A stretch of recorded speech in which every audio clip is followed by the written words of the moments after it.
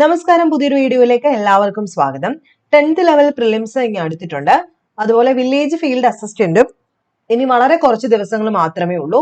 അപ്പൊ നന്നായിട്ട് SCERT text book പഠിച്ചിട്ട് പോവുകയാണെങ്കിൽ നമുക്ക് നല്ലൊരു സ്കോർ വാങ്ങിച്ച്, കാരണം സ്കോർ ഈ പറഞ്ഞതുപോലെ ഒരു 60-70 ഒന്നും പോരാ. നിങ്ങൾക്ക് എല്ലാവർക്കും അറിയാം, 10th പ്രിലിംസ് ആയിക്കോട്ടെ, VFA ആയിക്കോട്ടെ, നന്നായിട്ട് കട്ട് ഓഫ് കയറി പോവും. അതുകൊണ്ട് ഒന്നും ഒഴിവാക്കാതെ ഫുൾ സിലബസ് ഓറിയന്റഡ് ആയിട്ടുള്ള ക്ലാസ്സുകൾ കണ്ട് SCERT കംപ്ലീറ്റ് റിവിഷൻ ഒക്കെ ചെയ്ത് പോകുന്നതായിരിക്കും സേഫ്.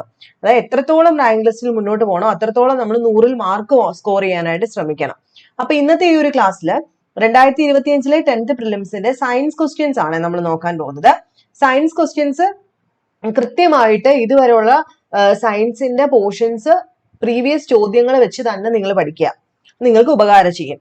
അപ്പൊ ഇതിനകത്ത് ഒരു ടെക്സ്റ്റ്, ഈ ഒരു ക്വസ്റ്റ്യൻ പേപ്പറിനകത്ത് ക്വസ്റ്റ്യൻ നമ്പർ ഇവിടെ എന്താണ്, നമ്മുടെ ചന്ദ്രന്റെ ഭൂഗുരുത്വ ത്വരണം എത്രയാണ് എന്ന് ചോദിച്ചിട്ടുണ്ട്. അപ്പൊ അതുമായിട്ട് ബന്ധപ്പെട്ട് നമുക്കിവിടെ ഒരു SCERT ടെക്സ്റ്റ് പോർഷൻ പറയാം. ഓക്കെ, അതായത് റിലേറ്റഡ് ഫാക്ട്സ് നമുക്ക് അത് ഡിസ്കസ് ചെയ്യാം. അക്കൂട്ടത്തിൽ തന്നെ ഗുരുത്വാകർഷണവുമായിട്ട് ബന്ധപ്പെട്ട് ഇനിയുള്ള എക്സാമിന് നോക്കേണ്ടത് വേഗം നമുക്ക് പറഞ്ഞു നോക്കുകയും ചെയ്യാം. അപ്പൊ 20 ചോദ്യങ്ങൾ സ്റ്റാർട്ട് ചെയ്യുന്നു. നമ്മൾ 61 ആണ് ആദ്യം. 61 ചോദ്യം എന്ന് പറയുന്നത്, അപകടത്തിൽ ഒരു വ്യക്തിയുടെ സെറിബെല്ലത്തിന് തകരാറ് സംഭവിച്ചു. ഇത് ആ വ്യക്തിയെ എങ്ങനെ ബാധിക്കും? സെറിബെല്ലം എന്തിന് സഹായിക്കുന്നു എന്നാണ് ചോദ്യം. നമുക്ക് എല്ലാവർക്കും അറിയാം, സെറിബെല്ലം ശരീരത്തിന്റെ തുലന നില, ഇക്വിലിബ്രിയം എന്നുള്ളത് നിയന്ത്രിക്കുന്ന ആളാണ് നമ്മുടെ സെറിബെല്ലം.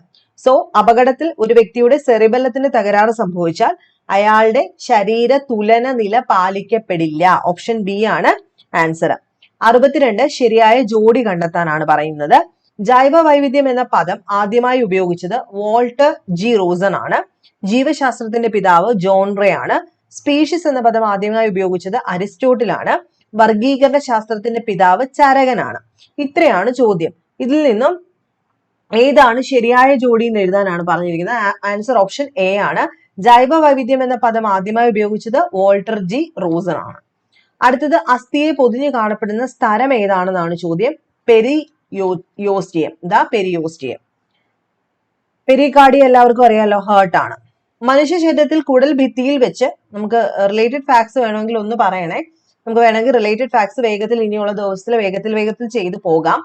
മനുഷ്യ ശരീരത്തിൽ കുടൽ ഭിത്തിയിൽ വെച്ച് ചില ബാക്ടീരിയകൾക്ക് ഈ ജീവകം നിർമ്മിക്കാനാവും.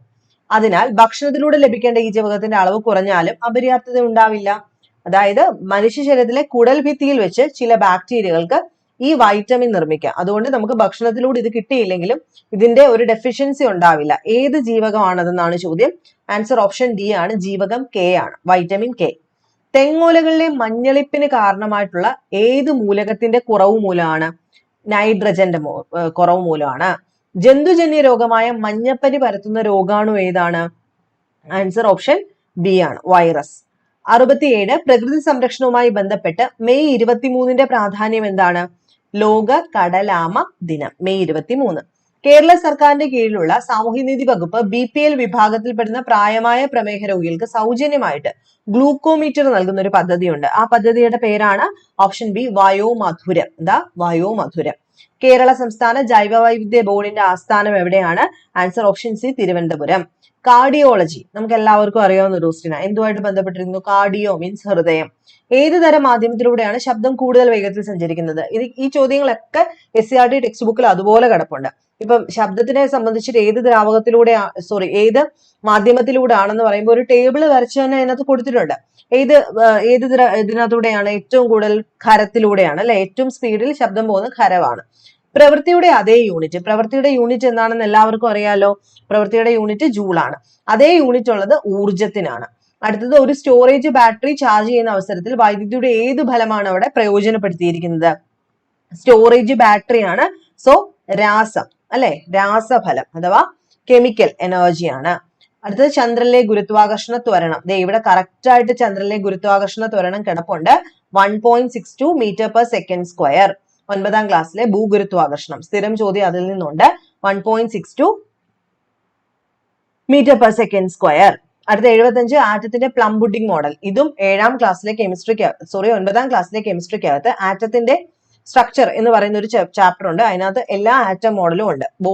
മോറിന്റെ ആറ്റം മോഡൽ ആയിക്കോട്ടെ, ജെ തോംസന്റെ പ്ലങ് പുഡിംഗ് മോഡൽ ആയിക്കോട്ടെ, റുദർഫോർഡിന്റെ ആയിക്കോട്ടെ, എല്ലാം കിടപ്പുണ്ട് കേട്ടോ. അപ്പൊ അതൊക്കെ ഒന്ന് പഠിച്ചിട്ട് പോവുക. ആൻസർ ഓപ്ഷൻ എ ആണ്, ജെ തോംസന്റെ ആണ് പ്ലം പുഡിംഗ് മോഡൽ. ചലിക്കും ചുരുൾ മൈക്രോഫോണിൽ നടക്കുന്ന ഊർജ്ജ മാറ്റം എന്താണെന്നാണ് ചോദ്യം. ഓപ്ഷൻ സി ആണ്. മൈക്രോഫോണിൽ ശബ്ദോർജ്ജം എന്തായിട്ട് മാറും? വൈദ്യുതോർജ്ജമായിട്ട് മാറുന്നു. ഇതിൽ സദിശ അളവ് ഏതാണെന്നാണ് ചോദ്യം. ഏതാണ് സദിശ അളവ്? പ്രവേഗമാണ്. അതിശമുണ്ട്, സദിശമുണ്ട്, സ്കേലാറും വെക്ടറും ഉണ്ട്. ഇതിനകത്ത് സദിശ അളവ് പ്രവേഗം, വെലോസിറ്റി. ഭക്ഷ്യപദാർത്ഥങ്ങൾക്ക് മഞ്ഞനിറം നൽകാൻ ഉപയോഗിക്കുന്ന രാസവസ്തുവാണ്. ഓപ്ഷൻ എ ആണ്, ടാർട്രസിൻ. ഏത് ലോഹത്തിന്റെ അയിരാണ് കലാമിൻ? സ്ഥിരം ചോദ്യം, ഇതും SCERT ടെക്സ്റ്റ് ബുക്ക് ചോദ്യമാണ്. Option B zinc. ഏത് മൂലകത്തിന്റെ പ്രതീകമാണ് കെ? കെ എന്ന് പറയുന്നത് പീരിയോഡിക് ടേബിളിൽ നിന്ന് കുഞ്ഞു ചോദ്യം അതൊക്കെ. ഏതാണ് കെ എന്ന് പറയുന്നത്? പൊട്ടാസ്യം ആണ് അല്ലെ. ആൻസർ ഓപ്ഷൻ സി ആണ്, പൊട്ടാസ്യം. അപ്പൊ നമുക്ക് നോക്കിയാലോ, ഈ ചന്ദ്രനിലെ ഗുരുത്വാകർഷണവുമായിട്ട് ബന്ധപ്പെട്ട ഗുരുത്വാകർഷണ ത്വരണമാണ് ചോദിച്ചിട്ടുള്ളത്. ആക്സലറേഷൻ ഡ്യൂ ടു ഗ്രാവിറ്റി ആണ് ചോദിച്ചിട്ടുള്ളത്. നോക്കിയേ, ഇവിടെ ആദ്യമായിട്ട് നമുക്ക് അറിയാനുള്ളത് ഭൂമിയുടെ അല്ലെ, ഭൂമിയുടെ കേസിൽ വെച്ച് നോക്കുമ്പോൾ ഇവിടെ ആദ്യം നമുക്ക് അറിയേണ്ട ഒരു കാര്യം എന്ന് പറയുന്നത് എന്താണ് യൂണിവേഴ്സൽ ലോ ഓഫ് ഗ്രാവിറ്റേഷൻ എന്ന് പറയുന്നത്. എന്താണ് യൂണിവേഴ്സൽ ലോ ഓഫ് ഗ്രാവിറ്റേഷൻ? എന്താ അത്? സാർവിക ഗുരുത്വാകർഷണ നിയമം എന്ന് പറയും. അതായത് പ്രപഞ്ചത്തിലുള്ള എല്ലാ വസ്തുക്കളും അങ്ങോട്ടും ഇങ്ങോട്ടും ആകർഷിക്കുന്നുണ്ട്. രണ്ട് വസ്തുക്കൾ തമ്മിലുള്ള ആ ഒരു ആകർഷണ ബലം അവയുടെ മാസുകളുടെ ഗുണനഫലത്തിന് നേരനുപാതത്തിലും അകലത്തിന്റെ വർഗത്തിന്റെ വിപരീതാനുപാതത്തിലുമാണെന്ന് പഠിച്ചിട്ടുണ്ടല്ലോ. അതായത് തമ്മിൽ അടുത്തടുത്തിരിക്കുമ്പോൾ അല്ലെ, അവയുടെ മാസിന്റെ ഗുണനഫലത്തിന് നേരനുപാതം. മാസ് കൂടിയാൽ അട്രാക്ഷൻ കൂടും, അകലം കൂടിയാൽ അട്രാക്ഷൻ കുറയും. അതാണ് ഉദ്ദേശിക്കുന്നത്. അതിനെ നമ്മൾ ഒരു ഇക്വേഷനിലോട്ട് മാറ്റുമ്പോൾ നമ്മൾ എങ്ങനെ അതിനെ ഡിനോട്ട് ചെയ്യുന്നത്?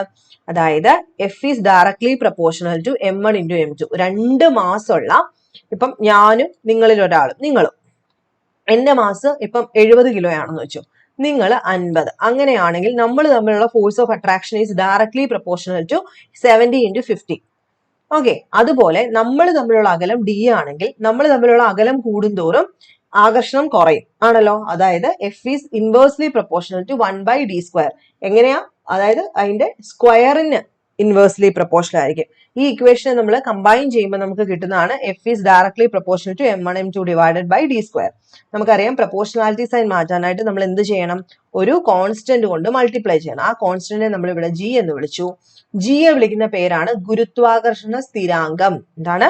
ഗുരുത്വാകർഷണ സ്ഥിരാങ്കം. ഇനി അത് ചോദിച്ചാൽ എത്രയാണ് value? 6.67 × 10⁻11 newton metre square per kg², kilogram square ആണ് ജിയുടെ മൂല്യം. പ്രപഞ്ചത്തിൽ എല്ലായിടത്തും ജിയുടെ മൂല്യം തുല്യമായിരിക്കും. ഇനി വരാൻ പോകുന്ന ചോദ്യങ്ങളാണ് ഇതെല്ലാം. ജി എന്ന് പറയുന്നതിന്റെ മൂല്യം എപ്പോഴും ചോദിക്കും, എല്ലാവർക്കും അറിയാം. 6.67 × 10⁻11 newton metre square, kilogram square.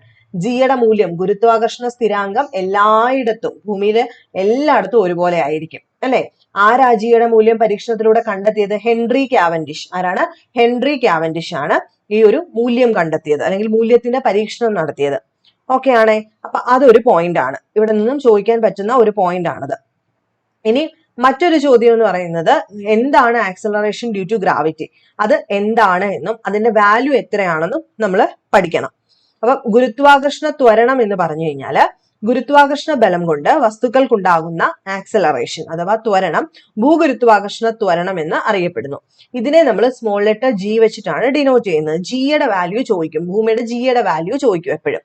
അതായത് ജിയുടെ വാല്യൂ 9.8 ആണ് അല്ലെ. 9.8 ആണ് ജിയുടെ വാല്യൂ എന്ന് പറയുന്നത്.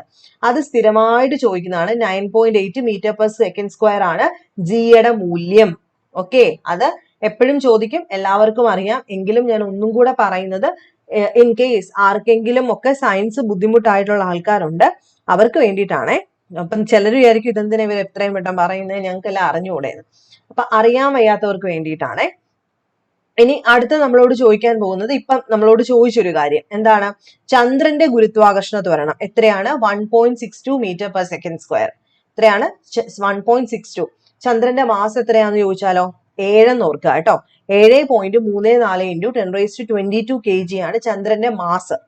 7.34 × 10⁻22. ചന്ദ്രന്റെ ആരം എത്രയാണെന്ന് ചോദിച്ചാൽ, ആരം മീൻസ് ഇതിപ്പോ ചന്ദ്രൻ ആണെങ്കിൽ ആരം എന്ന് വെച്ച് കഴിഞ്ഞാൽ എന്താ? സെന്റർ തൊട്ടിട്ട് ഇവിടെ വരെ ഉള്ളതാണ് അല്ലെ. ആരം എത്രയാണെന്ന് ചോദിച്ചാൽ 1.74 × 10⁻6 മീറ്റർ ആണ്. ഗുരുത്വാകർഷണ ത്വരണം എത്രയാണെന്ന് ചോദിച്ചു കഴിഞ്ഞാൽ 1.62 m/s². അപ്പൊ മാസ് ചോദിക്കും 7.30 4 into 10⁻22 kg. ചന്ദ്രന്റെ ആരം എത്രയാണെന്ന് ചോദിച്ചാൽ 1.74 into 10⁻6. ചന്ദ്രന്റെ ഗുരുത്വാകർഷണ ത്വരണം എത്രയാണെന്ന് ചോദിച്ചാൽ 1.62 മീറ്റർ പെർ സെക്കൻഡ് സ്ക്വയർ ആണല്ലോ. അതുപോലെ ജി കണ്ടുപിടിക്കുന്നതിന്റെ ഇക്വേഷൻ ഞാൻ ആ സ്റ്റെപ്പ് ഒന്നും പറയുന്നില്ല. ആക്സലറേഷൻ ഡ്യൂ ടു ഗ്രാവിറ്റി കണ്ടുപിടിക്കണമെങ്കിൽ ഗുരുത്വാകർഷണ ആ ഒരു സ്ഥിരാങ്കത്തിനെ മാസ് കൊണ്ട് ഇൻഡ്യൂ ചെയ്ത് റേഡിയസ് കൊണ്ട്, അതായത് റേഡിയസിന്റെ സ്ക്വയർ കൊണ്ട് ഡിവൈഡ് ചെയ്യുക. G is equal to GM divided by R square. എന്താണ് സ്മോൾ ജി അഥവാ acceleration due to gravity is equal to GM divided by R square. അപ്പൊ g is equal to GM divided by R square. ജിയുടെ value 6.67 into 10⁻11 ആണെന്ന് ഓർക്കുക. Mass തന്നിരിക്കുന്ന ആളുടെ mass divided by തന്നിരിക്കുന്ന ആളുടെ റേഡിയസിന്റെ സ്ക്വയർ. അങ്ങനെയായിരിക്കും ജി കണ്ടുപിടിക്കുന്നത്. അപ്പൊ അത്രയും കാര്യങ്ങൾ കൃത്യമായിട്ട് ഓർത്തു വെച്ചേക്കാം. അപ്പൊ മുന്നോട്ട് ഞാൻ ഒരുപാട് അങ്ങ് പോകുന്നില്ല. നിങ്ങൾ ഈ ചാപ്റ്റർ ഒഴിവാക്കരുത് കേട്ടോ. ഈ ചാപ്റ്ററിൽ നിന്നും സ്ഥിരം ചോദ്യമുണ്ട്. ആ ചാപ്റ്റർ കൃത്യമായിട്ട് വായിച്ചു നോക്കുക. എന്തെങ്കിലും ഹെൽപ്പ് വേണമെങ്കിൽ ഇതുപോലെ നമുക്ക് റിവിഷൻ പോലെ വേണം, വേഗം വേഗം പറയണമെന്നുണ്ടെങ്കിൽ ഒന്ന് പറഞ്ഞാൽ മതി. താഴെ ഒരു കമന്റ് ആയിട്ട് എങ്ങാണ് ഇടുക. ആവശ്യക്കാർക്ക് അനുസരിച്ചിട്ട് നമ്മൾ എടുത്തു കൊടുക്കാം. ഓക്കെ, അപ്പൊ നെക്സ്റ്റ് വീഡിയോയിൽ കാണാം. ബൈ.